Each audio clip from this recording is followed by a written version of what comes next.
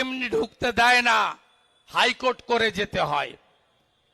ওদের বন্ধু সেলিম যায়, বাধা নেই।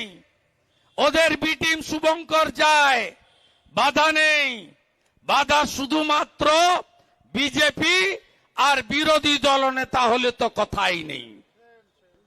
আমি সেদিন মোথাবাড়িতে 2:30টায় শুরু করেছে, 6:30 পর্যন্ত নো পুলিশ।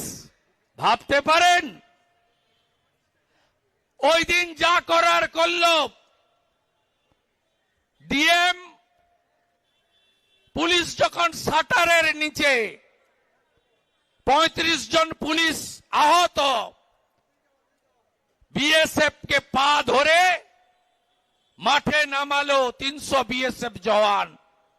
400 স্কুলের বাচ্চা আটকে ছিল। ভাবতে পারবেন না কি করেছে।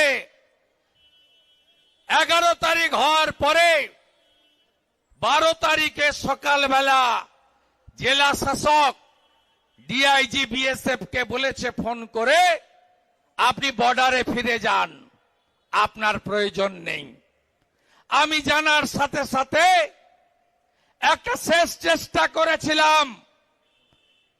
চেন্নাইতে ছিলেন কলকাতা হাইকোর্টের মহামান্য বিচারপতি, 4 দিন ছুটি, শনি রবি সোম মঙ্গল। অসম্ভবকে সম্ভব করে বেলা 12টার সময় স্পেশাল বেঞ্চ ফরমেশন করেছেন honourable chief justice Kolkata high court. 4:30টায় শুনানি। রাজ্য সরকার বাধা দিয়েছে, শোনেনি কলকাতা হাইকোর্ট। কলকাতা হাইকোর্টের কাছে আমরা যারা মানবতার পক্ষে লড়ি, বিশেষ করে মুর্শিদাবাদের হিন্দু সমাজ কৃতজ্ঞ থাকবেন যতদিন দেহে প্রাণ থাকবে। তারা সন্ধ্যের মধ্যে প্যারামিলিটারি ফোর্স নামিয়ে 13 তারিখ থেকে এলাকা ঠান্ডা করেছেন। এটা টেম্পোরারি। আমি আজও বলি, কেন্দ্রীয় বাহিনী সরে গেলে এই হিন্দুরা থাকতে পারবেন না।